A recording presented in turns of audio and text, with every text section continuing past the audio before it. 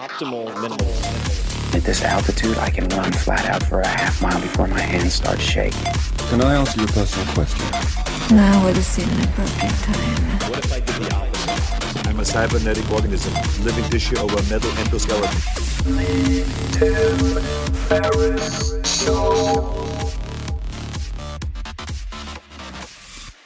This episode is brought to you by 5 Bullet Friday, my very own email newsletter. It's become one of the most popular email newsletters in the world with millions of subscribers, and it's super, super simple. It does not clog up your inbox. Every Friday, I send out 5 bullet points, super short, of the coolest things I've found that week, which sometimes includes apps, books, documentaries, supplements, gadgets, new self-experiments, hacks, tricks, and all sorts of weird stuff that I dig up from around the world. You guys, podcast listeners and book readers, have asked me for something short and action-packed for a very long time, because after all, the podcast, the books, they can be quite long. And that's why I created 5 Bullet Friday. It's become one of my favorite things I do every week. It's free. It's always going to be free. And you can learn more at tim.blog/Friday. That's tim.blog/Friday. I get asked a lot how I meet guests for the podcast, some of the most amazing people I've ever interacted with. And little known fact, I've met probably 25% of them because they first subscribed to 5 Bullet Friday. So you'll be in good company. It's a lot of fun. 5 Bullet Friday is only available if you subscribe via email. I do not publish the content on the blog or anywhere else. Also, if I'm doing small in-person meetups, offering early access to startups, beta testing, special deals, or anything else that's very limited, I share it first with 5 Bullet Friday subscribers. So check it out, tim.blog/Friday. If you listen to this podcast, it's very likely that you'd dig it a lot, and you can, of course, easily subscribe anytime. So easy peasy. Again, that's tim.blog/Friday. And thanks for checking it out, if the spirit moves you. This episode is brought to you by AG1, the daily foundational nutritional supplement that supports whole body health. I do get asked a lot what I would take if I could only take one supplement. And the true answer is invariably AG1. It simply covers a ton of bases. I usually drink it in the mornings and frequently take their travel packs with me on the road. So what is AG1? AG1 is a science-driven formulation of vitamins, probiotics, and whole food sourced nutrients. In a single scoop, AG1 gives you support for the brain, gut, and immune system. So take ownership of your health and try AG1 today. You will get a free 1-year supply of vitamin D and 5 free AG1 travel packs with your first subscription purchase. So learn more, check it out. Go to drinkag1.com/Tim. That's drinkag1, the number 1, drinkag1.com/Tim. Last time, drinkag1.com/Tim. Check it out. Hello, ladies and germs. This is Tim Ferriss, yet again running out the door to a flight. But I have such an exciting episode, I can barely contain myself. I might just wee myself on my way across the country. But I digress. Probably TMI. Let me answer just a couple questions. What is this podcast about? You long-term listeners might know. Long-term, long time, that it's about dissecting excellence, trying to tease apart what makes world-class performers so good at what they do, finding the tools and tactics that you can apply. And this episode features Maria Popova. I'm about to explain who she is, and if you don't know who she is, or if you are intimately familiar with who she is, you are in for a treat. First, I'll answer a question that a lot of people ask me, and that is, what are you reading? Well, what I'm reading right now is 2 books, comprised of 2 books. The first is William Goldman, Adventures in the Screen Trade. Goldman is the screenwriter behind such movies as The Princess Bride, one of my favorites of all time, and Butch Cassidy's The Sundance Kid. The second book is John Muir, Wilderness Essays. So very different, both very, very good and highly recommended. The Adventures in the Screen Trade is a little outdated with some of the contents because it's related to film and it was written in the 80s, but there are a lot of timeless principles and Goldman is just hilarious. But moving on, the guest, Maria Popova. Oh my goodness, where to start? She would describe herself as a reader-writer, interestingness hunter-gatherer, and curious mind at large. What does that mean? It'll all make sense in just a few seconds. While she's written for all sorts of amazing outlets like The Atlantic and The New York Times, I find her most amazing project to be brainpickings.org, and I'm not alone in this. Founded in 2006 as a weekly email that she sent out to 7 friends, coworkers really, very informal, Brain Pickings was eventually brought online, and now it gets more than 5 million readers per month. It is massive. Many of you ask, what blogs do you read often? What do you do online? Where do you spend most of your time? The answer is that I read very few sites consistently. I don't have that type of loyalty. But Brain Pickings is one of the few. It is a treasure trove. It is Maria's one-woman labor of love, her subjective lens on what matters. It's also an inquiry into how to live and what it means to lead a good life. This is what hooks me, of course, because she'll pull from excerpts and reading from the Stoics, my favorite Seneca, to Mark Twain, Oscar Wilde, and everyone in between. Maria is good at finding the hidden gems to share, and the amount of information this woman consumes and can parse down to the finest detail of what will help you now blows my mind. She makes me look like the laziest son of a bitch ever. And of course, immediately, my questions are, how? How does she do that? How on earth does she do that? And we dig into this in this interview. Really, I try to unearth the hidden gems in her life, her workflow. It takes me a few minutes to warm up, as it often does, but once we get going, we geek out like crazy, and we talk about almost every aspect of her life, her site, her business, her workouts, her writing, her workflow, her tools, her workarounds, all of it. And I love doing this interview. I hope you love listening to it. And for bonus credit, for those of you who are super curious, might have a little of extra time to do some detective work, at one point she mentions that her Facebook fan page went from a few 100,000 people to over 2 million people without explanation. So if you are able to figure out why that happened, what contributed to that, please let me know on Twitter at tferriss, Tferriss. I'm dying of curiosity. And always, or as always, I should say, the show notes, all the links that we mentioned, the tools, etc., all of that can be found on the blog at 4hourworkweek.com/podcast, 4hourworkweek.com/podcast, all spelled out. So you don't need to scribble away furiously with notes, although you can. I will have pretty much everything that you will need right there in the show notes. So without further ado, please meet Maria Popova. Hello, ladies and gentlemen. This is Tim Ferriss, and welcome to another episode of The Tim Ferriss Show. I am extremely excited to have a fellow geek in arms, Maria Popova, on the line with me. Maria, how are you today? Very well. Thank you. Thank you for having me. And I appreciate your coaching on the last name. I wasn't sure if it was Popova or Popova. I have friends who, for instance, Naval Ravikant, who's a friend, it's actually Novel, but Americans can't really pull that off, so he goes for Naval. So I appreciate the coaching. And as a country of immigrants, we have a surprisingly hard time getting people's original names right? Absolutely. It's just the sort of anglicizing of such a crisol, like a melting pot of different cultures. And at the same time, I think it's a reflection of where I spend a lot of time, which is reading. And there are so many words. I've embarrassed myself on many occasions that I've read dozens or even hundreds of times, especially in scientific literature, that I've never heard pronounced. Oh, yeah. I call this reader syndrome. As somebody who spends the majority of her waking hours reading, you run into that a lot, especially with sort of cultural icons, last names, first names that are spelled very differently than they're pronounced. It's kind of tragicomic when you actually find out how they're pronounced. No, exactly. Or it can be a real revelation. I remember when I was a young kid, I couldn't hit, let's say, democracy or aristocracy. I could only say, and I'd also read it, democracy, aristocracy. For whatever reason, I couldn't get the emphasis right.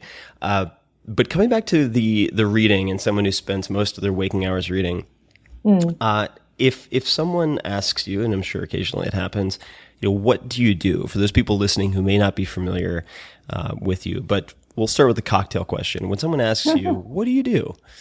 How do you answer that?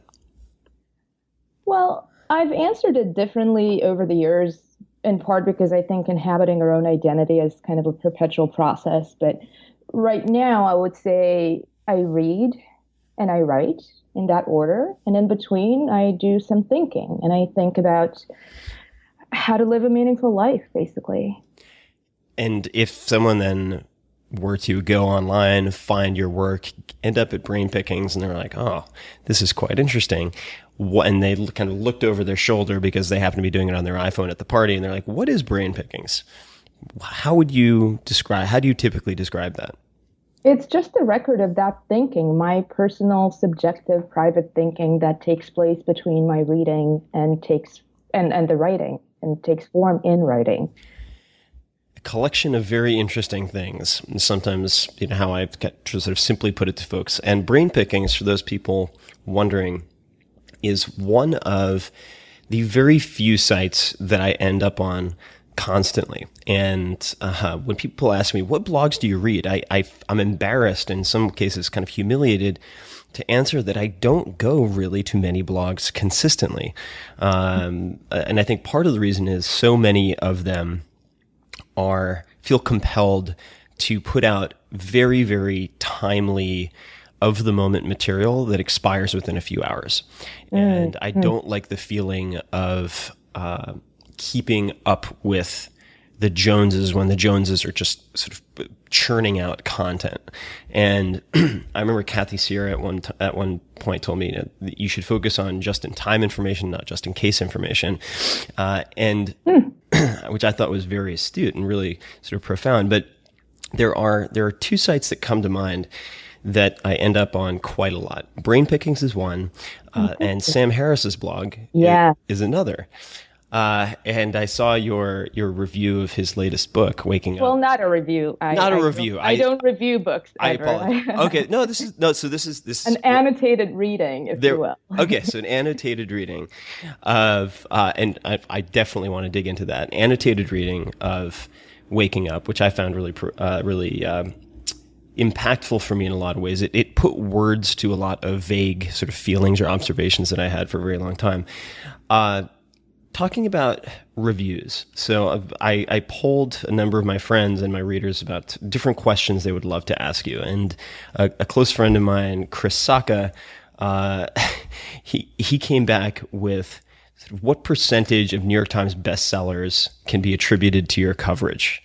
And I'd be curious to hear you answer that. And then there's sort of a follow-up. But you've built this incredible powerhouse of an outlet for your, whether it's creative musings or observations, and it has a huge influence on what people read. So if you were to sort of think of that, how would you answer that question? Well, first of all, you're very kind to put it that way, as is Chris. But I think one big caveat to all of that is that the majority of books that I read and write about are very old, out of print, things that are not competing for New York Times bestseller. In fact, I don't even know if I ever really, perhaps, I don't know if the books that I read have any overlap in the Venn diagram of things with the New York Times bestsellers. But I suspect that the reason Chris asked that question is actually that I met him through his wife, who collaborated with Wendy McNaughton, the illustrator, whose work I love, and I love Wendy, on a book about wine. And that book ended up, I wrote about it because it's lovely and sort of profound and challenges our existing ideas about sort of sensory experience. And I like things that take something very superficial and find something deeper and something unusual in it. But in any case, so I wrote about that book, and that particular piece on Brain Pickings seemed to do pretty well. And I think perhaps that warped Chris's idea of how much contemporary books I really sort of am interested in. Right. But I would say that's a minority. Right. And for those people wondering, it's the Essential Scratch and Sniff Guide to Becoming a Wine Expert, which was written along with, and the illustrations are wonderful. The Richard Betts is the sommelier who was part of that. And at one point I met with him because I wanted to try to deconstruct the master sommelier test, and he said, I can show you how to do it. And it was just the pared down, sort of hacked, if you will, version still of passing the master sommelier test was so intimidating that I sort of put it on ice indefinitely. But at some point, Richard, we will talk again and form a game plan. So the opposite, of course, of sort of putting out this material that expires as soon as it's out on the vine is putting out what I think you do very often, and that is sort of timely and timeless, I've heard you call it, material where you're sort of pulling from old sources or older sources, doing pattern recognition to pull from other areas to talk about, say, a theme or something that still affects people. And I was doing research for this interview. And we met briefly in New York at an event, and I've been a longtime fan of your work. And so I thought to myself, like, how much digging do I really need to do? And good God, you have such an absolute canon of work out there. It is astonishing. I mean, it is really... You're very kind. It's just the volume of time, really. It's been, I've been doing this for 8 years, coming up actually exactly a month from today. It'll be 8 years. Oh, really? So it's just the accumulation, And I'm fascinated by routine and schedule. And, I'm reading from, of course, not the always accurate, but generally a good place to start, Wikipedia. And, it says that Brain Pickings takes 400 plus hours of work per month, hundreds of pieces of content per day, 12 to 15 books per week that you're reading. How do you? And I know I'm asking a handful of questions that you've been asked before, but sometimes the answers change and evolve over time. They always do, and which is why I actually don't do interviews very frequently, because I find that they sort of tend to kind of cast us as the static thing that just stays there, some sort of reference point, while we're really just a fluid process and we're constantly evolving. But in any case. No, definitely. So go on. The answers do change. so the question that you've, I'm sure, been asked many times, but I'll ask again, is how do you choose the books? How do you find / choose the books that you read? This is a huge problem for me because my appetite for reading outstrips the time that I have. And so I end up actually, unfortunately, sometimes finding myself anxious because of the number of books I've taken on at any given point in time. So I'd be curious how you sort of vet the books that you read. Well, I guess it goes back to that question of, well, let me backtrack and just say that I write about a very wide array of disciplines and eras and sensibilities because that's what I think about. So anything from art and science to philosophy, psychology, history, design, poetry, you name it. But the common denominator for me is just this very simple question of, does this illuminate some aspect, big or small, of that grand question that I think we all tussle with every day, which is how to live well, how to live a good, meaningful, fulfilling life. Whether that's, Aristotle's views on happiness in government or beautiful art from 12th century Japan or Sam Harris's new book, anything. Got it. And I've read you citing Kurt Vonnegut before. Kurt Vonnegut's one of my favorite writers of all time. I know. I heard your semicolon quote. I think it was either the interview I did with Kevin Kelly or with Sam, but I actually have a counterpoint to the semicolon. Okay, no. Question, but go on. So I brought up the semicolon quote partially as a sort of wink nod, ribbing to a friend of mine named John Romanello, who has a tattoo of a semicolon on his, I think it's his forearm. He loves, love type nerds. He loves semicolons. He also has a molecule of testosterone on the other arm. He's a fascinating guy. But the quote that I heard you cite that I wanted to dig into a bit was Kurt Vonnegut saying, "Write to please just one person." And so my question to you is, when you write, Is that still the case? And if so, who is that person that you are writing for? It is very much the case. I still write for an audience of one, and that's myself. It's like I said, it's just a record of my thought process, my way of just trying to navigate my way through the world and understand my place in it, understand how we relate to one another, how different pieces of the world relate to each other, and sort of create a pattern of meaning out of seemingly unrelated, meaningless information. And this sort of intersection of or transmutation of information into wisdom, really, which is what learning to live is. It's about wisdom. So and it's interesting too, because when I started Brain Pickings, like I said, almost 8 years ago, it started very much as a private record of my own curiosity, and I shared it with 7 coworkers that I had at the time, just as a little sort of email newsletter thing. And now to think that there are about 7 million people, strangers, reading it every month. That's amazing. It's kind of Congratulations, surreal. by the way. Thank you. And I'm not sort of number dropping for scale or anything like that, but just to try to articulate how surreal it feels to me that I still feel like I'm writing for one person, one very sort of, inward person. But there's also now the awareness that there are people looking on and interpreting and just relating to this pretty private act.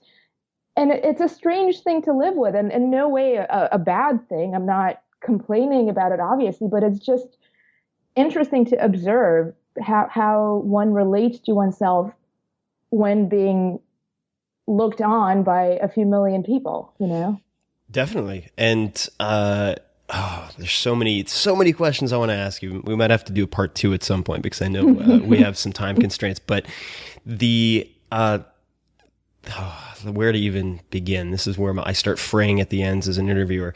So the first question would be related to that. There's so much temptation to dumb things down or to go after kind of the tried and true BuzzFeed type headlines. Do you ever contend with that temptation? And if so, how do you resist it? And this is part of the, how do you respond to the expectations of the crowd or the 7 million people looking on? And I feel this personally sometimes because I have a blog. It has certainly by no means the number of monthly readers that you have. I'm somewhere between 1 and 2 million uniques a month usually. But congratulations. Thank you. But even at that scale, there are times when I put out something that I feel is very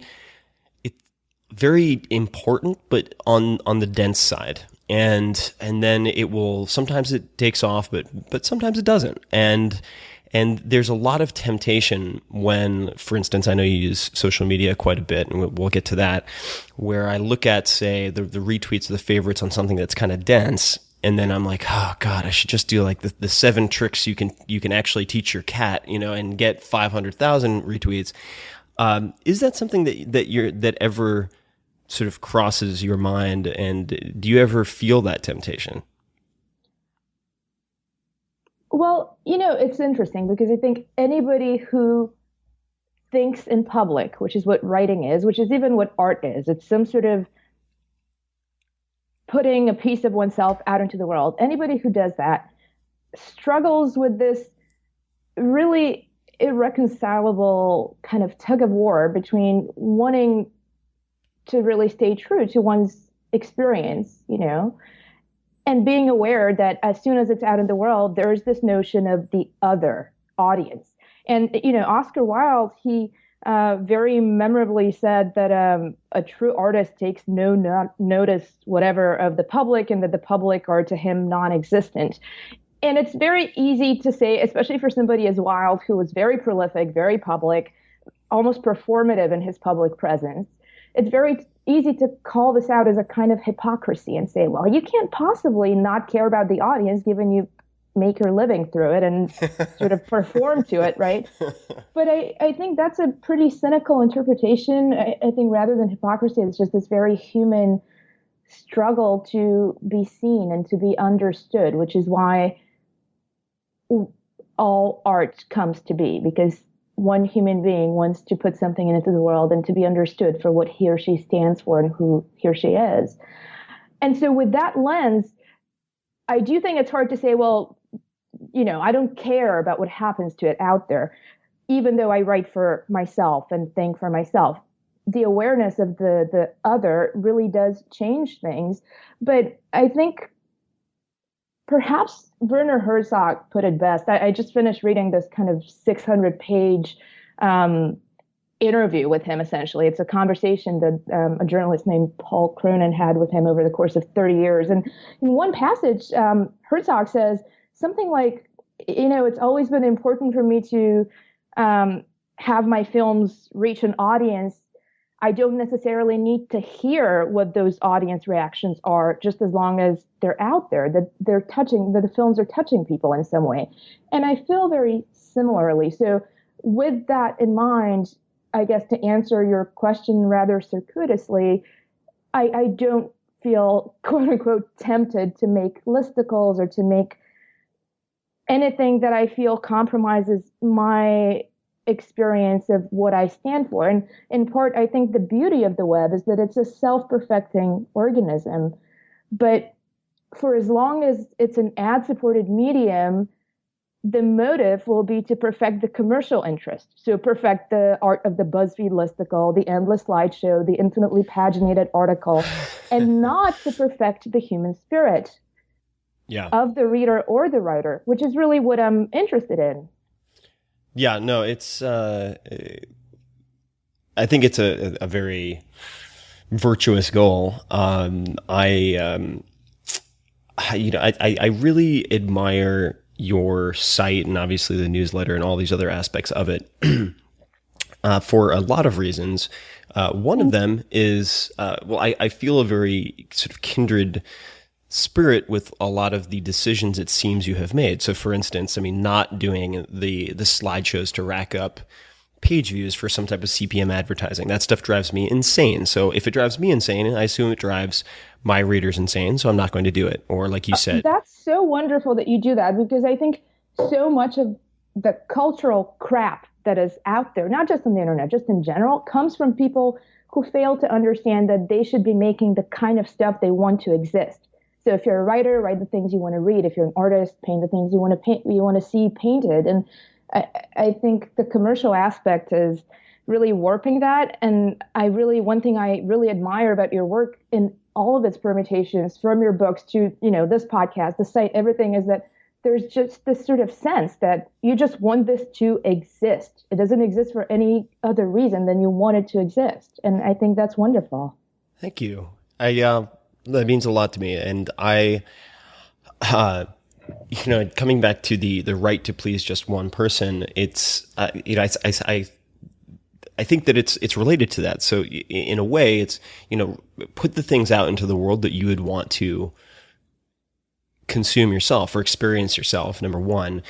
Secondly, just for those people who haven't heard this anecdote, when I was writing The 4-Hour Workweek as my first book, I still to this day find writing very challenging. And I wish I could say it's gotten easier over time, but for whatever reason, it seems not to have. In the case of The 4-Hour Workweek, I came out of undergrad at Princeton, and many years have passed, obviously. But when I wrote the first few chapters, it was really stilted and pompous and kind of Ivy League, where I was trying to use $10 words where a 10-cent word would suffice and be a lot cleaner. So I threw out the first few chapters that I drafted, and this was a major kind of panic attack moment. I was on deadline, and I remember I was in Argentina at the time. And then I went the other way and I said, no, I have to be loose. I have to be funny. And so I wrote a few chapters that were completely slapstick ridiculous. They sounded like Three Stooges put on paper. And so I had to throw out those few chapters. And of course, I'm doubling down on my anxiety at this point, and decided at one point that I was just going to have a little bit of yerba mate tea, 2 glasses of wine, and no more than 2 glasses of Malbec, and sit down and start to write. What is that? Malbec is just this wonderful varietal in South America, best known in Argentina, but there's actually some really nice Malbec wines in Chile. They were, as I understand it, it was viewed almost as a garbage grape in Europe, but it was brought by the Italians to Buenos Aires and has developed this worldwide fame because of its cultivation in Argentina. So there's a lot of there's a lot of metaphor there that I also like. But drank 2 glasses of wine, sat down, and literally opened up an email client and started typing the 4-Hour Workweek as if I were writing it to 2 of my closest friends. One was an investment banker trapped in his own job, and he felt like he couldn't leave because his lifestyle was swelling to meet his income. And then the other was an entrepreneur sort of trapped in a company of his own making. And so these 2 very specific guys in mind, I started to write with just enough alcohol to to sort of take the edge off. And that's how I was writing in that case to please just 2 people. But that's the only way I could make it work. Your schedule. So I've read of your schedule, but I'd love to hear the current iteration of that. It seems like you have a fairly regimented schedule, which would make sense if you were putting the number of hours into reading and writing that you do. So what does your current day look like? Well, I'll answer this with a caveat. The one thing I have struggled with or tried to solve for myself in the last few years, couple of years maybe, is this sort of really delicate balance between productivity and presence, and especially in a culture that seems to measure our worth or our merit or our value through our efficiency and our earnings and our ability to perform certain tasks, as opposed to just the fulfillment we feel in our own lives and the presence that we take in the day-to-day. And that's something that's become more and more apparent to me. So I'm a little bit reluctant to discuss routine as some sort of holy grail of creative process, because it's just really, it's a crutch. I mean, routines and rituals help us not feel like this overwhelming messiness of just day-to-day life would consume us. It's a control mechanism, but that's not all there is. And if anything, it should be in the service of something greater, which is being present with one's own life. So with that in mind, my day is very predictable. I get up in the morning, I meditate for between 15 to 25 minutes before I do anything else. What time do you wake up, typically? Exactly 8 hours after I've gone to bed. So it varies. Okay. I'm a huge proponent of sleep. I think when I write, when I guess try to think, what I do is essentially make associations between seemingly unrelated ideas and concepts. And in order for that to happen, those associative chains need to be firing. And when I am sleep deprived, I feel like I don't have full access to my own brain, which is certainly, I'm not unique in that in any way. There's research showing that our reflexes are severely hindered by lack of sleep. We're almost as drunk if we sleep less than half the amount of time we normally need to function. And I think ours is a culture where we wear our ability to get by on very little sleep as a kind of badge of honor that bespeaks work ethic or toughness or whatever it is. But really, it's a total profound failure of priorities and of self-respect. And I try to sort of enact that in my own life by being very disciplined about my sleep, at least as disciplined as I am about my work, because the latter is a product of the capacities cultivated by the former. So in any case, so I get up 8 hours after I have gone to bed. I meditate. I go to the gym where I do most of my longer form reading. I get back home, I have breakfast, and I start writing. I usually write between 2 and 3 articles a day, and one of them tends to be longer. And when I write, I need uninterrupted time. So I try to get the longer one done earlier on in the day when I feel much more alert. So I don't look at email or anything really external to the material I'm I'm dealing with, which does require quite a bit of research usually. So it's not like I can cut myself off from the internet or from other books, but I don't have people disruptions, I guess. So anything social. And then I take a short break. I'm a believer in sort of pacing, creating a sort of rhythm where you do very intense focused work for an extended period and then you take a short break and then cycle back, and then I deal with any sort of admin stuff like emails and just taking care of errands and whatnot. And I resume writing and I write my other article or articles through the evening. I try to have some private time just later in the day, either with friends or with my partner, or just, time that is unburdened by deliberate thought, although you can never unburden yourself from thought in general. And then usually later at night, I either do some more reading or some more writing or a combination of the two. Got it. And so a number of follow-up questions. What type of meditation do you practice currently? Just guided Vipassana, very, very basic. There's a woman named Tara Brach who she's a mindfulness practitioner. How do you spell her last name? Brach. Got it. She's based out of DC, and she was trained as a cognitive psychologist, then did decades of Buddhist training and lived in an ashram, and now she teaches mindfulness, but with a very secular lens. So she records her classes, and she has a podcast, which is how I came to know her. And every week she does a 1-hour lecture on sort of the philosophies and cognitive behavioral, wisdom of the ages. And then she does a guided meditation. So I use her meditations, and she has changed my life perhaps more profoundly than anybody in my life. So I highly, highly recommend her. Tara Brach. Brach, yes. And all her podcast is free. She has 2 books out too. She's really wonderful. Very Awesome. Generous person. I will have to check that out. And so you're listening. Then you have earbuds in when you're listening to audio while you meditate. Yes. Got it. And it's interestingly, I mean, she puts one out every week, but I've been using the exact same one from the summer of 2010. It's just one that I like and feel familiar with, and it sort of helps me get into the rhythm. So every day I listen to the exact Summer 2010. How does that start? How would people recognize it? How does the audio I think the title it sounds cheesy, but it is not cheesy. I think it's called Smile Meditation.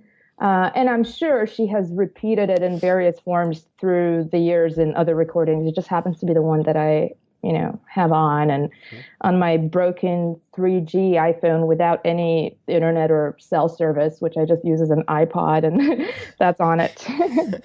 Awesome. That's a great answer. God, I love digging into the specifics. So when you go to the gym then to work out, are you still using an elliptical for that, or Yes. are you are? Yes. Okay. I do sprints, high intensity intervals on the elliptical. And are for cardio, and I do a lot of weights and body weight stuff too. You do? All right. But when you're reading, is that on the elliptical?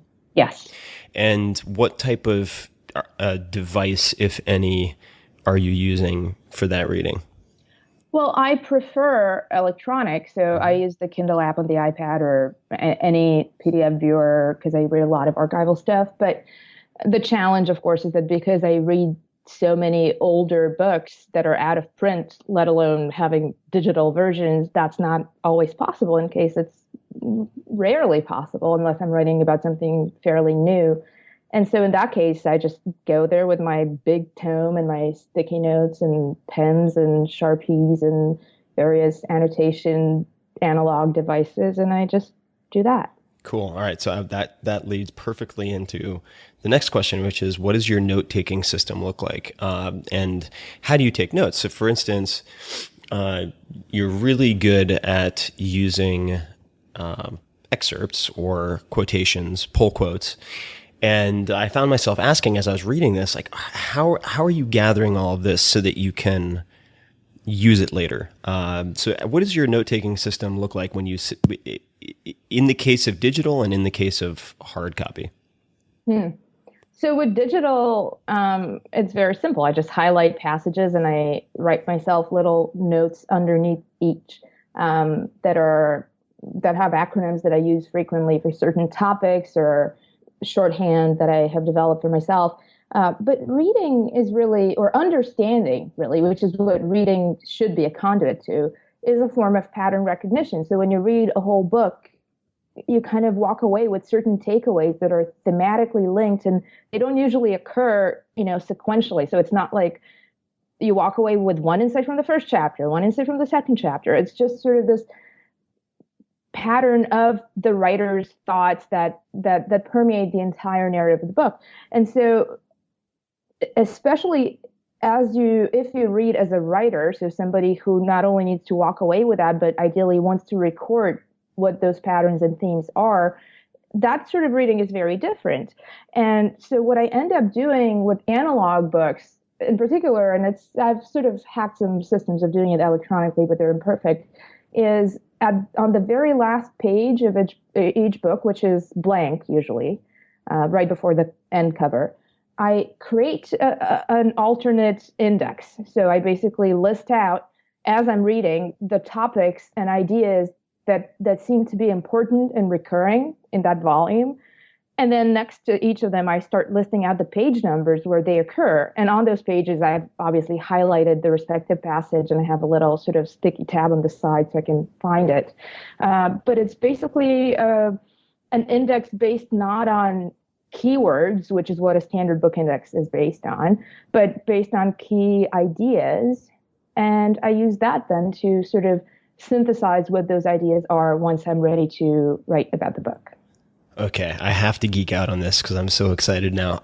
So as it turns out, with analog books, I do literally exactly the same thing. I usually start with the front inside cover, but I create my own index. And of course, they don't have to be in order. So you can sort of list them in my particular case, in any order.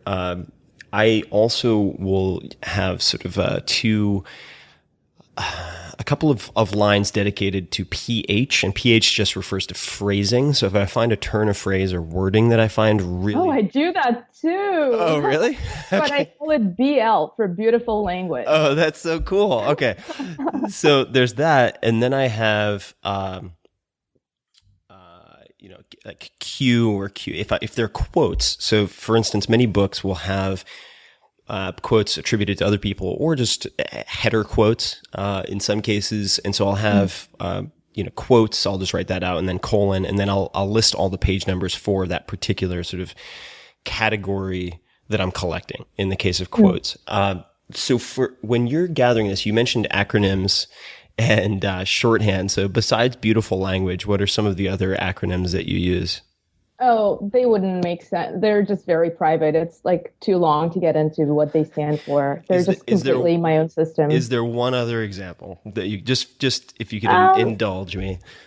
One that is, I guess, not so much about the contents of that passage as about its purpose is LJ, which is, I have a little sort of labor of love side project called Literary Jukebox, right? Sure. I've seen it. It's awesome. Oh, thank you. But yeah, so I do these pairings of passages from literature with a thematically matched song. And so sometimes as I'm reading a book, I would come across a passage that I think would be great for that, and maybe a song comes to mind.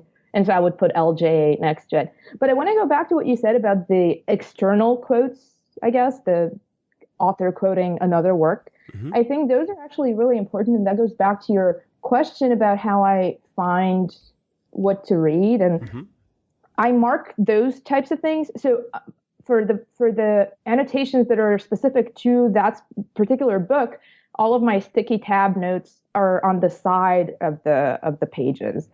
But when there's an external quote, something referencing another work, I put a tab at the very top with the letter F, which stands for find, if I am not familiar with the work, or just no letter if I just want to flag a quote from something else that I know of. And I think that's actually very important because the phenomenon itself, not my annotations of it, because literature is really, and I say this all the time, it is the original internet. So all of those references and citations and allusions, even, they're essentially hyperlinks that author placed to another work.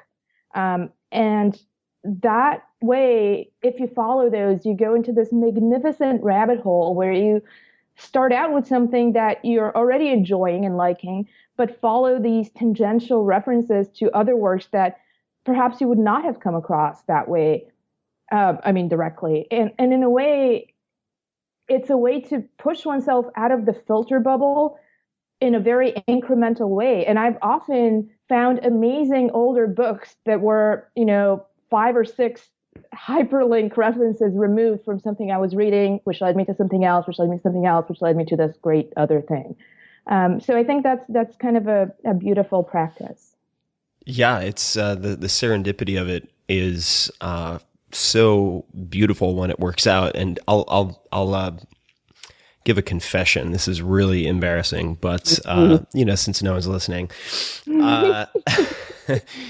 I came across Seneca. So Seneca the Younger, who's had probably more impact on my life than any other writer. Originally, because I was perusing a number of anthologies on minimalism and simplicity, and Seneca kept on popping up. Quote Seneca, and because it was always one word, like Madonna.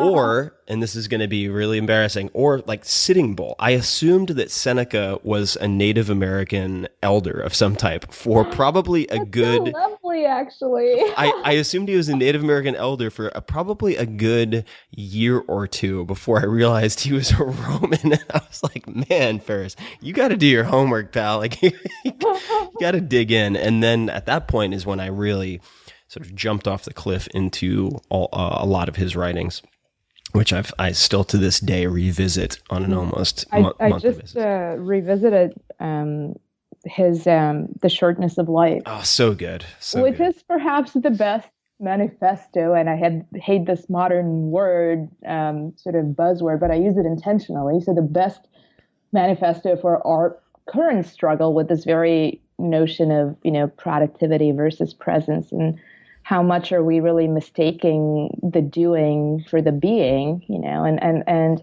it's amazing that somebody wrote this millennia ago, before there was internet, before there was the things we call distractions today, and yet he writes about the exact same things, just in a different form.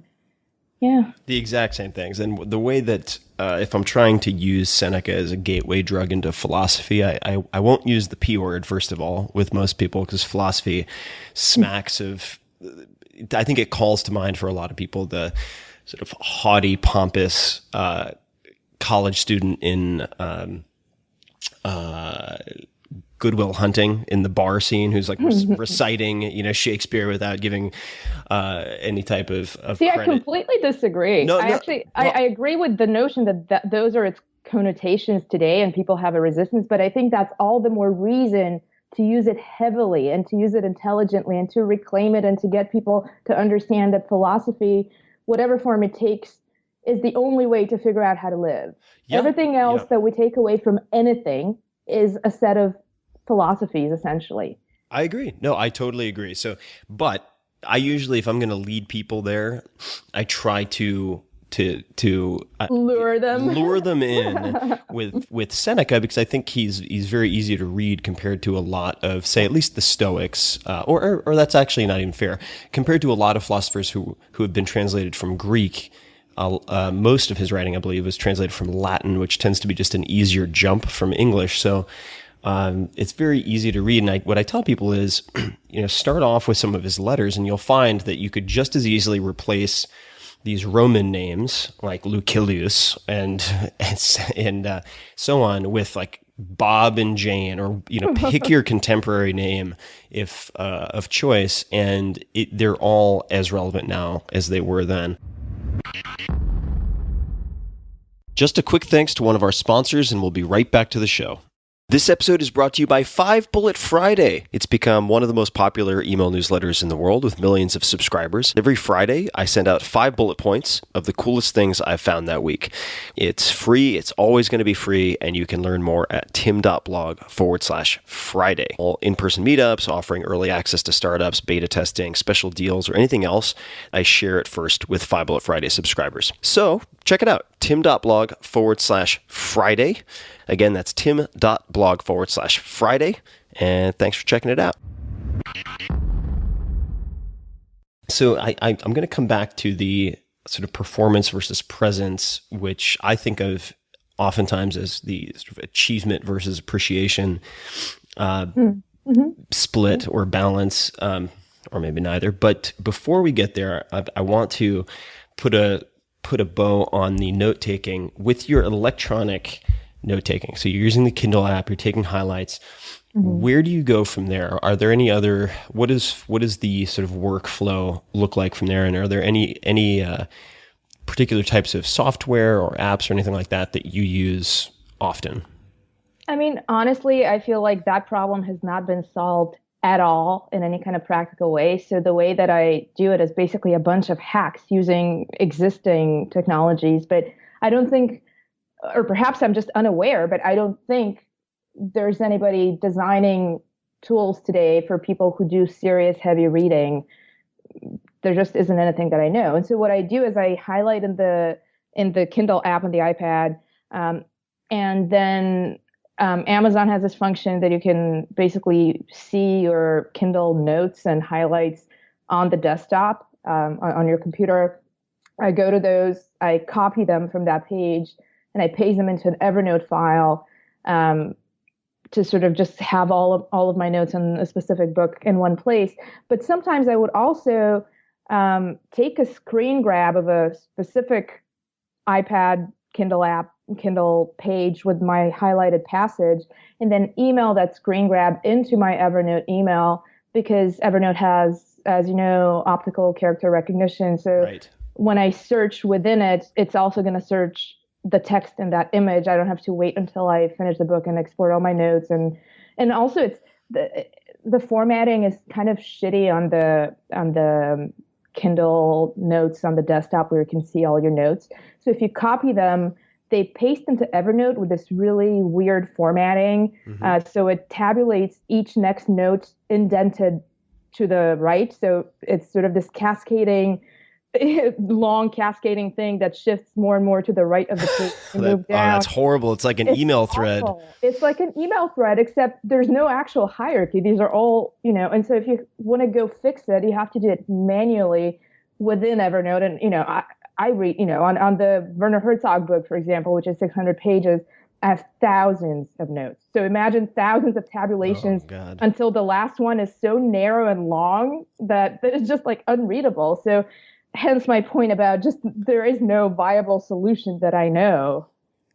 Got it. Okay, so let me just, because I this may or may not help. For me, it was a huge shift in how I manage Evernote, because I'm looking at this list of questions, and I'm not reading entirely on script, but I have a collection of questions in Evernote right now, and one of the things I realized about formatting and transposing things from, say, the my Kindle page, if you log into your Amazon account through kindle.amazon.com, or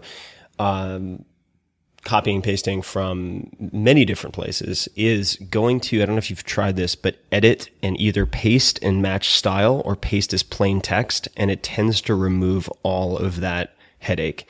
I'd say 9 times out of 10. So if the problem with that, I did try that once, but when you remove the style, it makes all the metadata look the same as the text. So on every highlighted passage, I also have my own notes. I see. Got it. Plus, Amazon's own thing that says, add note, read at this location, delete note. And so it all merges it and becomes just hideous. It's just impossible to read. God, I wonder what to do there. Yeah, I used to take notes and drop them into Text Wrangler, which is used for coding a lot, just to remove the formatting, and then put it into Evernote. Yeah, I do that with Coda.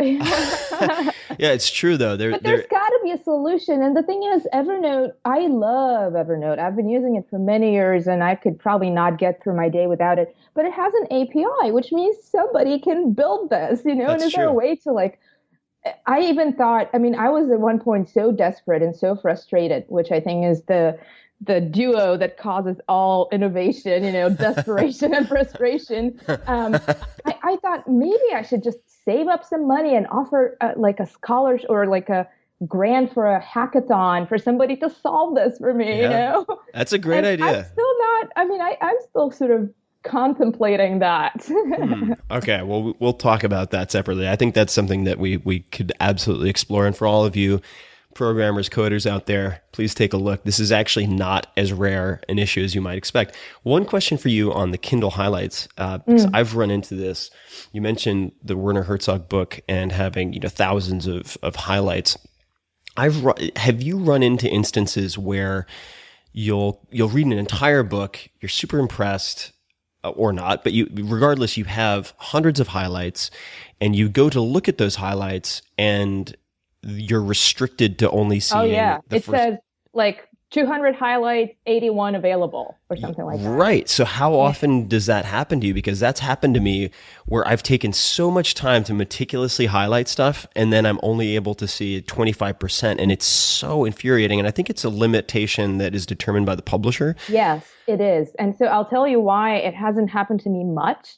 It happens to me occasionally, but that's a DRM thing, digital, for listeners who don't like acronyms, digital rights management thing that is fairly new. So that is the case with more recently published books. Right. But if you read, the digitized version of, say, Alan Watts that was published originally 40 years ago, there's no such problem unless the publisher now is like reclaiming rights and doing a whole new thing. But because I read so much less out of sort of newly published material, I don't run into it often. But, there is a way to very laboriously, deal with it, which is you can still open that passage in your Kindle app on desktop, so Kindle for Mac for me, and it will let you highlight and copy those passages and paste them into your Evernote in between the missing parts. But it's obviously completely not conducive. I have done that, and it's so horrible because you also get the like excerpted from like 3 lines for everyone. So just publishers, if you're listening to this, you are making it harder for people like Maria who have 7 million uniques per month to share your stuff. So please up your threshold. Do you have anybody helping you with brain pickings, or is it just you? The actual reading and writing, obviously, is just me. But as of about 10 months ago, I have an assistant, Lisa, who's absolutely wonderful, and she just helps me with admin stuff that has to do with my travel or email or scheduling things that I feel is weighing me down so much. I operate so much out of a sense of guilt for sort of letting people down, and as you know, I'm sure when you get to a point where the demands are just incomparable with what you can even look at, then you kind of need to have help in order not to either go insane or live with a constant guilt over not addressing things. So, and was there a particular... Oh, and I also have a copy editor, this wonderful older lady I hired to do my proofreading. She's great. That's all I can say. I think proofreading is really, really important, and I'm constantly embarrassed if I have a typo, which, as you know, as a writer, you cannot proof your own work. Your brain just does not see the errors that were made in the first place, or the majority of them. And people are kind of merciless. They think somehow that a typo makes you lazy, or I don't even know.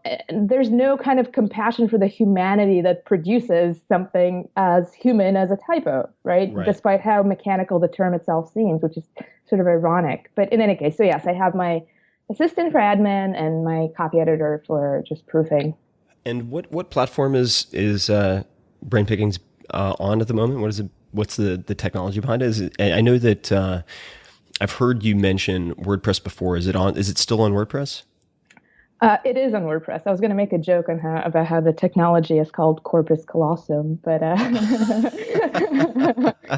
the actual technology is Right. yeah. That was a very, very Sam Harris friendly joke. So when you're working with, say, your copy editor, do you give your copy editor admin access to WordPress and she'll go in, proofread it, and then schedule or publish? What's the process? No, it's a very, again, super sort of hacked together process, which is every night I email her the articles from the preview page on WordPress. I just copy that and paste it into a body email, and I send it to her, and then she sends me the corrections via email. Got it. I mean, like I said, she's not very, I would say, tech savvy. I mean, I'm sure she's a wonderful learner, so I'm sure she would totally learn how to do it if I gave her admin access. But between that and the fact that I write in HTML, so I really don't like the WYSIWYG. I hate it, actually. I think it's just easier to do it via email, because then she can like highlight the word, and sometimes she would make suggestions that are more stylistic, and I would like to have the final say in those, because very often I want to keep it the way that I have it, because Sure. that's just my voice. So I find email works just fine. Got it.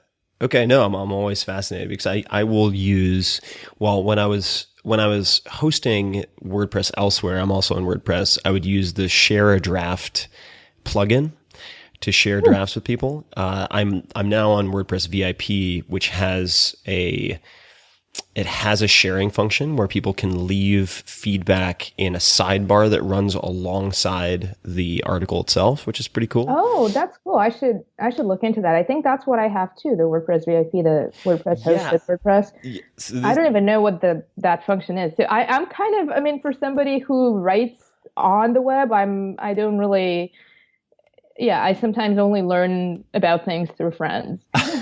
Well, I think, yeah, that's how I learned about a lot of this stuff. And the other option that I've used quite a lot is, and as much as I hate Word, and I really do, I love the track changes feature, and I just find it more user friendly for a lot of folks than having them use something that's cloud-based like Google Docs, just because I operate so much offline to try to get anything done. And yeah, I mean, that's what a lot of people suggest, and what Kai, my proofreader, actually asked originally. But I do not own Microsoft products on principle, and I'm not gonna just don't deal with it. Got it. Okay, no, that makes sense. And your assistant, what was the sort of defining moment, the straw that broke the camel's back, when you were like, you know what? Like, what was the day where you're just like, fucking enough of this? Like, I need to get somebody stat. I mean, when did you actually make the decision? It wasn't so much that I made the decision, as the decision was very strongly, lovingly, but strongly sort of pushed on me by my partner, who one day said, you are using so much time on things that are just so menial, and you should not. And because I was really stressing to a point of just driving myself crazy. And I think a lot of it has to do with the fact that I always have been very independent. I, moved away from my parents' house when I was 18, paid my way through school, lived always by myself. And I just had this Emerson-like, sense of self-sufficiency and self-reliance, that to a point of pathology, where it was to my own detriment. And the notion of outsourcing felt to me on some level almost like an admission of weakness. Sure. Yeah. It's ridiculous. I think that's true for a lot of people, though. Yeah. I know. And it's the strange thing, the disorienting thing, is that I think we intellectually know that's not the case, that it's actually a lot of strength to be able to delegate and to sort of divvy up control according to a hierarchy of priorities. But on some sort of psycho-emotional level, it is just death to consider that you cannot do something on your own anymore. And of course, I mean, it's interesting in terms of how brain cooking's evolved, which has always been very organic. So the sort of 8-year thing that has happened, it went from being a little newsletter that contained 5 links, no text, like 5 links to 5 things that I found very interesting. And then it went to sort of 5 links with a little paragraph about each, about why this thing is interesting and important. And then it was, not a little paragraph, but a little like 1-page piece. And then it became not 5 things every Friday, but 3 things every day of the week, pretty long form in the thousands of words, And I foolishly and naively thought that I could just have the same sort of operational framework despite the enormous swelling of just the volume of the writing. And that's unreasonable. It's completely unreasonable.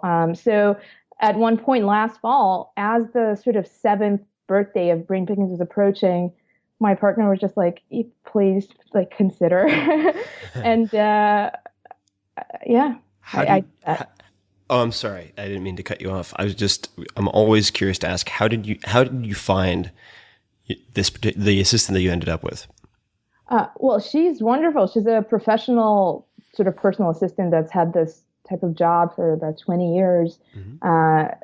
She's just a wonderfully warm and just generous person, but also has such doggedness about things and just work ethic. It's unbelievable. And you always have the sense that she's looking out for your best interest and in the most magnanimous kind of way towards you, but also the most warmly no bullshit way outwardly towards the world demanding things from you. And having this buffer, it's really, really great. Yeah. And how did you track her down? How did the two of you get connected? Just a recommendation. She's been working for somebody who's a very trusted, dear person for a long time. So now she works for both of us. And did that person reach out to you? Did you reach out to her? I'm always curious about the specifics, because the way that I found one of my first assistants, and we worked together for many years, was anytime I had a really fantastic interaction with someone's assistant, I would say, hey, I know this is off topic, but you've been awesome to deal with. Do you have, a twin brother, twin sister, somebody who does what you do as well as you do it that you could recommend to me, because I need some help? And I just did that over and over again. And eventually one of them said, well, actually I work for multiple clients, so we could talk about it. And that's how we ended up working together. But what was the introduction was made by the person. So I had met her, Lisa, my assistant, I'd met her just socially many times before. And so eventually when the time came for me to consider, she just, we set up a meeting, we talked, and she was really into it, and she'd been reading Brain Pickings, and I made sure it wouldn't be too much on her plate, because she's also, she's superwoman. Lisa's superwoman. She is the mother of 2 kids, one of whom is now her first year in high school, and the other one his first year in college. So she has that on her plate too, and but she's very, like I said, very dogged, very sort of dedicated, and she was like, I can do it. And I'd like to do it. And I was like, great, let's roll. Onward. So with your assistant, if you were to do an 80-20 analysis of the 20% of tasks that take up 80% of her time, what are the types? What would those look like? What is the vast majority of her time spent on? So, a lot of it is, I guess, coordinating travel and things, but I'm trying to really, I have this new-ish commitment to really not do any speaking at commercial conferences anymore, but to speak to students, because I think it's important. And what it takes out of me, which is a lot, speaking takes out a lot of me, because I'm a writer and I also don't really recycle talks. I like to write something original. And when it's a commercial conference, it just doesn't add up for me what I get out of it, because I usually donate my commissions due to the local public library and whatnot. But with students, it is worth my time. If I dissuade even one journalism student from going into buzzworthy land, after graduation, that's worth it to me. And so even though I've scaled back on the speaking, I now am getting like all these college requests. And so that takes so much time, especially coordinating, because a lot of them are organized by sort of student volunteers, and they're kind of still learning what it means to, schedules and deadlines and advance notice. And so Lisa is sort of wrangling that. And another big part, and I should also mention that the evolution of what I've been able to delegate has sort of organically happened. Originally, I just really didn't know what to give her. I felt like I had to do all of it because I didn't know how to explain it to her to do. But she's a great learner, and I'm learning to delegate more. But another thing, because my site runs on donations, I sort of make an effort to send handwritten thank you cards to just at this point randomly picked donors every month. And so I have her sort of export those names and emails for me and just give me just prepare envelopes and all those types of things so that I could not spend too much time on the actual admin of the mailing. Mm-hmm. And do you communicate exclusively via email, or do you use other types of software? Oh, email and text. Email and text. So no project management software at this point, no sort of Basecamp or Asana or anything like that. No, I don't. That would make me feel like I'm some sort of commercial organization. I still have so much resistance to the fact that I even have to deal with these things. Right. No, back to the Oscar Wilde hypocrisy about audience or the humanity, I guess, of the tension. A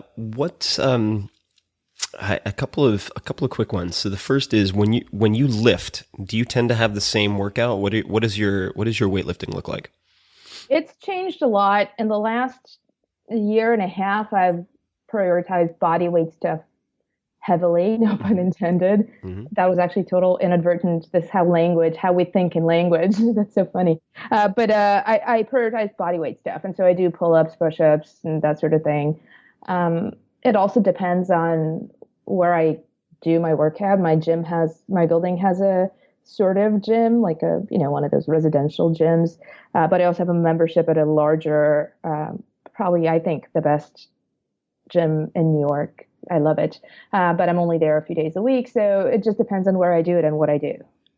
And if you had to pick one, besides the elliptical, if you had to pick one body weight exercise to hold you over, let's say you're traveling for a few months, you can only pick one body weight exercise, what would it be? Well, it would be pull-up, but you can't always find a place to do it. Mm-hmm. So I just do usually elevated push-ups. So my feet on a bench or bed or like a step or something, and just push-ups. Cool. A great little hack for pulling motions while traveling is putting your feet on a chair and going underneath a table to do basically inverted bent rows. What's actually very helpful for traveling is plyometrics. Plyometrics and TRX is actually quite handy. There's a system. For some reason, it's just not my thing. Can't get into it. Yeah. It doesn't. The thing is, here's the thing. So if I am forced by circumstances to do a workout that is not my preference, I very much like to be able to do something else while doing it, such as listening to podcasts, which is what I do while I do weights at the gym anyway. Mm-hmm. And there are certain types of movements that it's just a hassle to have the headphones, and it's just not great. That's true. So I actually carry a weighted jump rope with me when I travel in case there's nowhere to do sprints, which is my plan B for cardio. And then plan C is just skipping rope. Yeah. You're intense. I love it. I remember I wanted to, every time I meet, and this is so silly, but I was so obsessed with Bulgarian Olympic weightlifters for a very long time that whenever I meet Bulgarians or people who at any point have lived in Bulgaria, I want to talk about Olympic weightlifting, but it's not. I know nothing about them. I didn't even do the weight stuff when I was living in Bulgaria.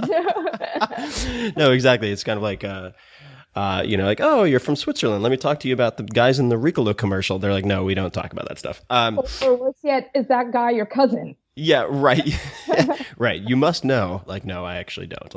I know I went to X, Y, and Z college, but there are 5,000 people per year. It doesn't always work out. You mentioned the donations. I want to talk about the site. So it appears, and I dug around a bit, but it appears that you have no comments or dates on your posts. Is that accurate?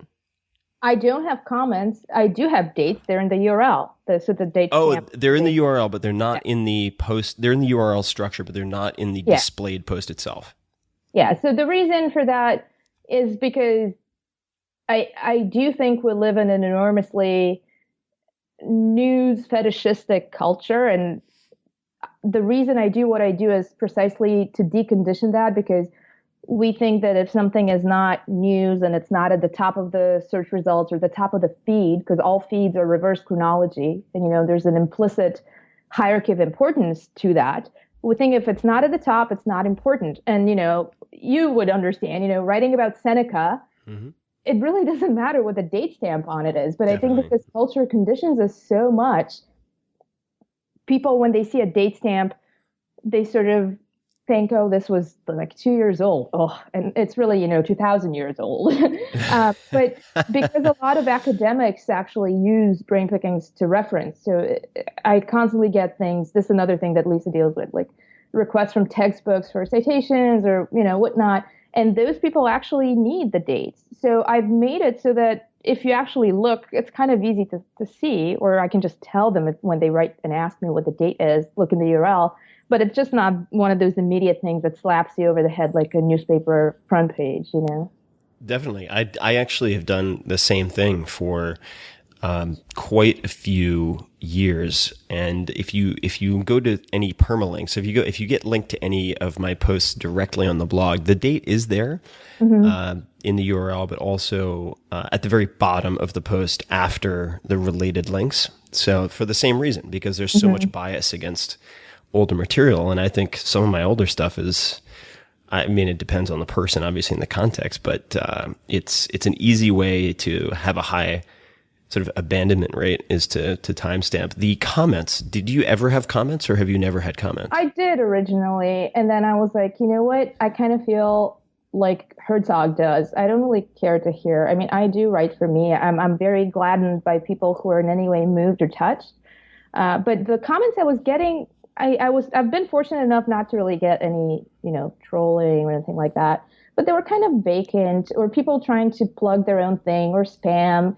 And it was taking more of my time than it was worth. And so instead, I've made my contact information very easily accessible. So if someone has something of substance and urgency to say, which is, I think, the two things that compel people to reach out, they'll do it via email behind their own name and not anonymously. And then, I do get a lot of emails from readers, and those are valuable, but I don't really care for comments. Now, the flip side of that is that now that I have the Facebook page, having something mysterious happened with the Brain Pickings Facebook page last fall, where it just started growing so fast. I have no idea why.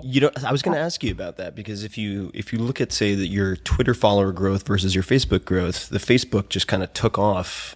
Yeah, it was in about October of last year, and it went from 250,000 to now, I think it's 2 like point something million. Close to 3 maybe. So more than tenfold in less than a year. I have no idea why. I've done nothing differently. I don't really enjoy Facebook. I do it reluctantly because I know I get a lot of emails from readers elsewhere in the world who actually use Facebook as their primary thing. And they're such sweet notes, people who just are stimulated and inspired and moved in a way that perhaps they wouldn't be if they hadn't read that piece about some random thing that I read and wrote about. And I think it would be selfish of me to just sort of disable Facebook because I hate it. But the point of it is that you have comments on there. And Lisa, my assistant, actually, that's something I delegated her a few months ago, just to completely deal with them. I can't deal with them. I can't, and not for any other reason that I have complete allergy to people pronouncing their so-called opinions without having actually digested or even engaged with the thing. So people would comment on the basis of like a thumbnail image or the title, make really outrageously inaccurate comments, clearly not having read the piece.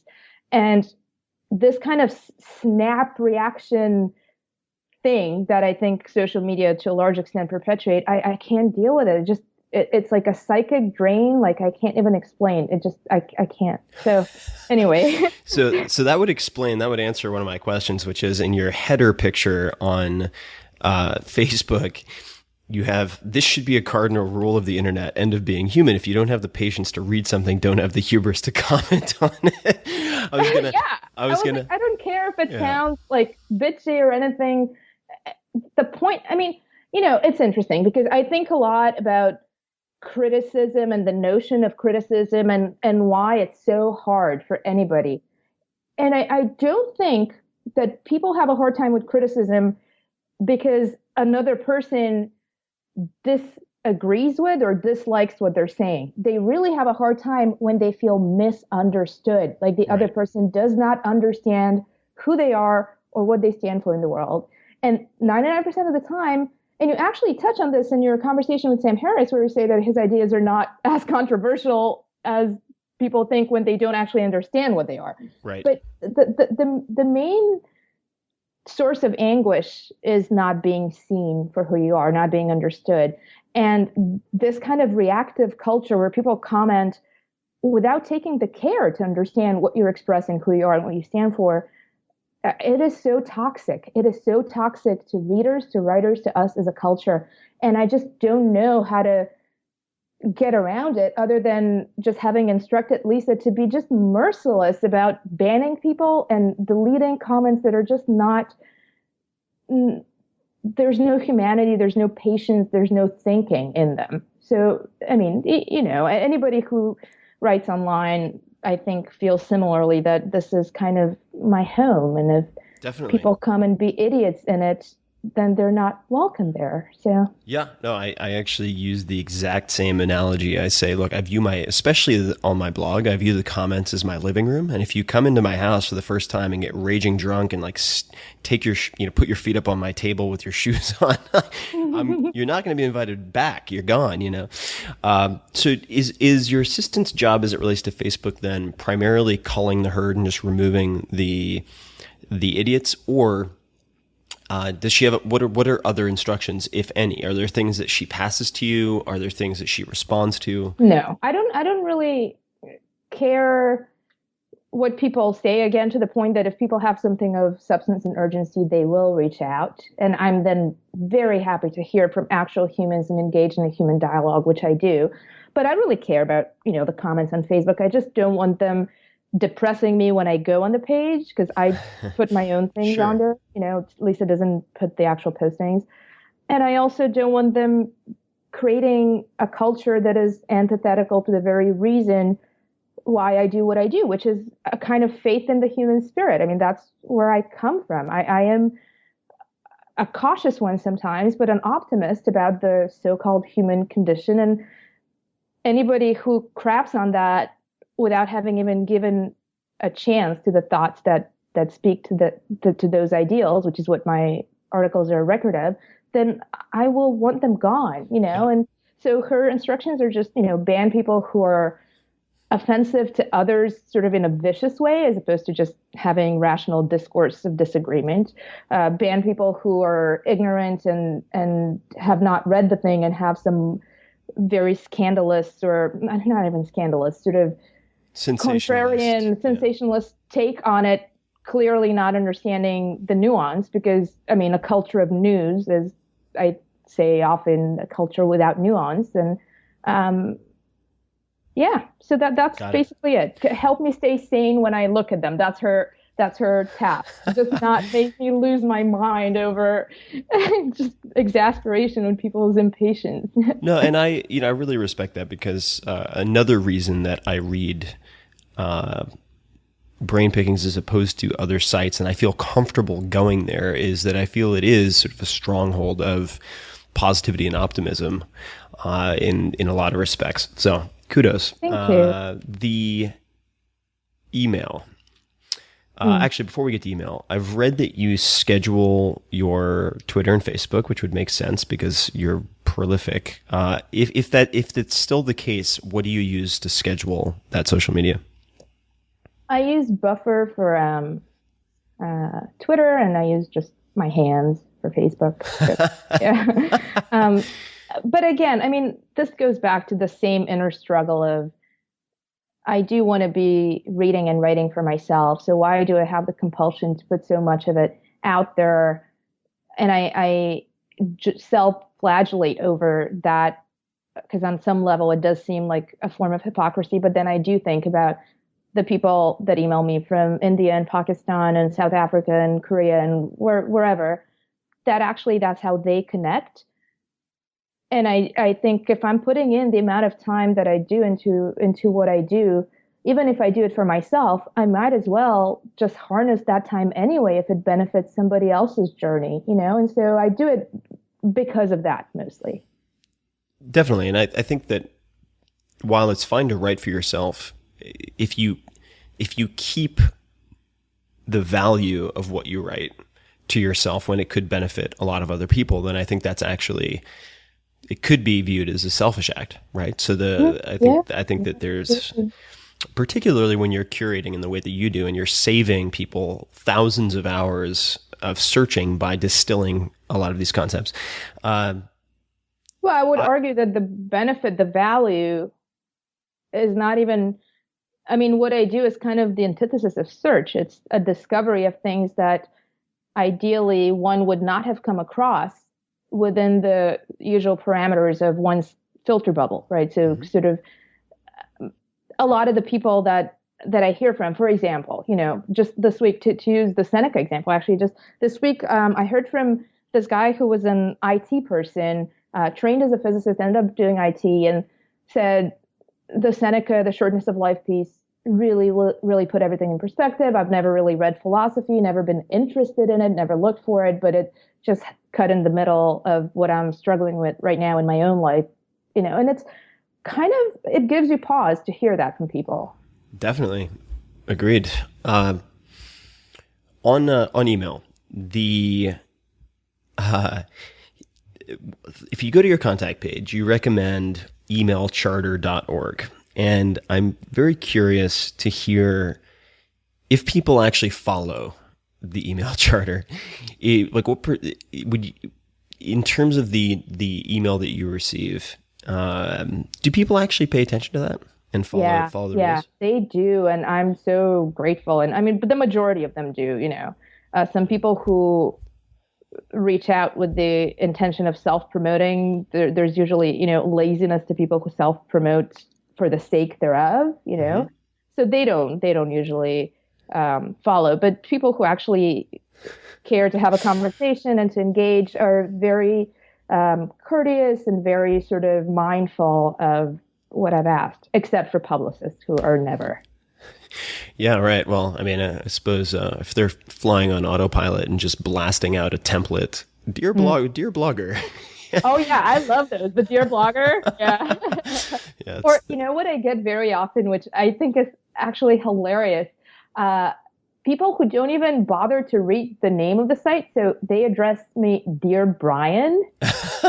Rain somehow becomes Brian, and this, the pinnacle of this was when last year, at one point, I opened my physical mailbox in my building, my home, and I found this bundle from the USPS, but like with an elastic band around it, of mail for somebody named Brian Pickens, who lives in Long Beach, CA, or used to, I guess. And somehow that stuff got forwarded to me because I guess the guy either moved and the USPS somehow looked things up. And I don't even know. It was such a sort of mystery and metaphor for what I deal with online. I was like, well, if USPS, how can you ask a publicist not to? So I used to have a company ages ago called Brain Quicken, and I got a telemarketing call one evening, I remember, and this guy goes, "Hi, sorry if I'm interrupting. Is this Brian?" And I go, "Excuse me?" And he goes, Brian Chicken," and I'm like, "Brian Chicken." Brian Chicken. I was like, no, and take me off your list. Goodbye. Oh God. So on the email and pitching side of things, or just on the pitching side of things, how on earth do you deal with not just cold inquiries, but how do you deal with writer friends or acquaintances who are writers that you don't want to be rude to, who want you to read their books?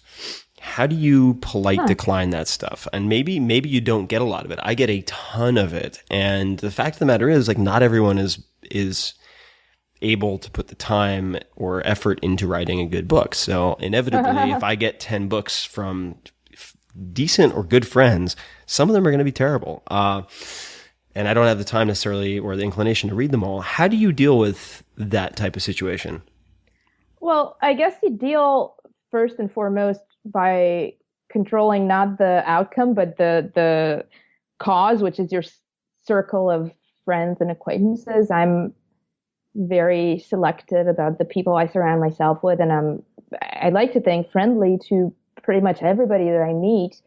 But my circle of actual friends is really close and really tight, and people who are just, when the sky crumbles, they're going to be there, and we're there for each other. And so with that in mind, I think there is a certain boundary that you have to put up beforehand to I guess, manage social expectations in a way. And so for those people, my friends, in large part, I mean, I should mention that the majority of my close friends, including my partner too, are people that I have met just through what I do. So there's already the self-selection of sensibility and ideals. And, I think we become a centripetal force for the kinds of people we want to be and surround ourselves with those types of people. William Gibson has a wonderful word for it. He calls it personal microculture. Mm-hmm. And even when you said early on the kinship of spirit, I think that's so important. So which is a long-winded way to say that when and if those inner circle people put a book out, it's a guarantee that I will like it because of who they are. Right. And so then I'm more than happy to support it. I mean, the book that we started with, the Scratch and Sniff Guide to Wine, Wendy, the illustrator, is precisely that type of person, somebody who I met through what each of us does, and she's now one of my closest human beings, And so, of course, I'm going to support her work, but not because I'm being nepotistic about it, but because that's the pre-requirement that I am moved by her work and respect it and love it, and that's how we became friends. But outside of that inner circle, I think acquaintances know that there's no such expectation. And when I do get such requests, it's a matter of, well, did the person do their homework in knowing what I actually think and write about? Because very often, I'm sure you get that too, you get pitched things that are just so outside of what you do, in which case I don't even feel compelled to respond, because if they didn't put in the time to understand what I'm interested in, why should I put in the time to explain to them why this is not a fit? Yeah, that's a great way to put it. I need to embrace that more. I think that's an area where I carry a lot of guilt. Yeah. But guilt, it's interesting because guilt is kind of the flip side of prestige, and they're both horrible reasons to do things. So often we would agree as humans, not just you and me, just anybody would agree to do things because they sound prestigious in some way, Mm-hmm. And equally avoid things because of the guilt thing, or do things because of the guilt thing. But sort of this whole Buddhist thing about aversion of, avoidance and aversion, and making decisions based out of either fear, which is what guilt is. It's the fear of disappointing somebody and then feeling disappointed in yourself, or out of sort of grasping for, approval or acclaim, which is what doing things for prestige is. I think either of those are really bad reasons to do things, and yet they motivate us a lot, or at least they sort of lurk in the back of the mind constantly, and it is a real practice to try to decondition that. Definitely. No, I like what you said about why put in the effort to explain why it's not a fit if they haven't done the homework to determine if it is a fit. I think that's a great way to put it. I want to ask, and I know we don't have too much time left, so hopefully someday, we can do a follow-up part 2. I think that'd be a blast. I'll bring some Malbec if you actually drink wine, so I can introduce you to it firsthand. But the donations, I'm very fascinated by the ad-free donation approach, and just to keep it simple, if you had to choose, say 20% of the options you're currently offering, which would you choose and why? In other words, you have people. What do you mean by the option? No. So I'll explain, or 2 or 3. So people can make one-time offer. They can make a one-time single contribution. They can. Let me simplify that question. Or they can become a member and donate $7, $3, $10, or $25 a month. What I'm trying to ask without being improprietous or making you feel uncomfortable is what is working best? When you're asking people for donations, assuming that it's working, if someone were to offer 1 or 2 options instead of 4 options per month, or the single contribution versus the membership, or the membership versus the single contribution, what would your advice be to people? Well, I will preface this with the caveat that I use PayPal for donations, and I can't for the life of me figure out how to actually look at the data and get any sort of real reason. All of it is so antiquated, their export tools and such, and I'm not that interested. I would siphon, days into looking into it. So I can tell you sort of my intuitive interpretation of it. Yeah, great. And by the way, the only reason these options are as they are is also the reason why I don't have an ad-supported site, which is I just asked myself, what would I like to read as a reader? Well, I would like an ad-free site. And how would I like to support that? Well, I'd like to have a few options, just because I don't want to, be sort of confined to something. And so I just pulled it out of the hat, basically, with these tiers. And I've just left them on since I put them on. They seem to work, whatever. And originally, my sense was that the one-time donations accounted for much more, but I'd never actually analyzed it because I think I see the alerts that come from PayPal, and sometimes people would send really large one-time donations, like things that are totally humbling and enormously generous.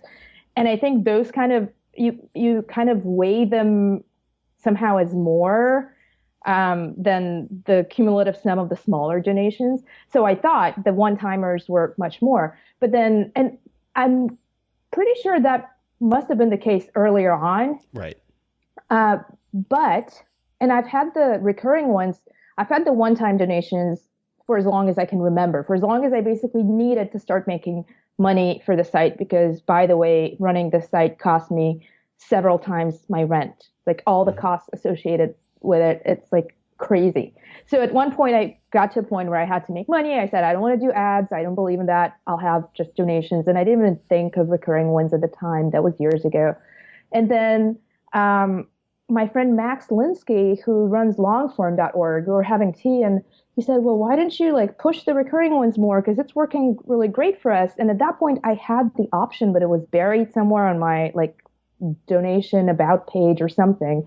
And so I was like, okay. So I put it in the sidebar. And that was, I want to say, maybe 2011. And it started accruing slowly. And so this past year, when I did my taxes, I very reluctantly went to deal with all the PayPal tools to get the data out, basically. And I actually had Lisa pull all the Excels and whatnot. And then I did the tally to see. And to my surprise, the recurring ones, which are very small individual amounts, actually were 2-to-1 ratio to the one-time donation. Wow. And I don't know at what point it tipped over, but I think because of the scale and just how many people have these tiny, tiny donations that they contribute every month. I mean, that's such an active commitment, and it's so generous, that they add up. And my guess is that as time goes on, because the recurring ones have only been available for the last 2.5, 3 years, whatever, they would become by far the larger sort of financial support compared to the single ones. Sure, no, that makes sense. If you had to choose, and of course this is hypothetical, but if you had to choose 2 of the amounts to leave in the drop down, so you have $7 a month, $3, $10, $25. If you had to choose 2 of those to leave up, which would you choose? Oh, I have no idea. Probably just the mathematical, logical choice, the 2 middle ones, the 3 and 10. Okay.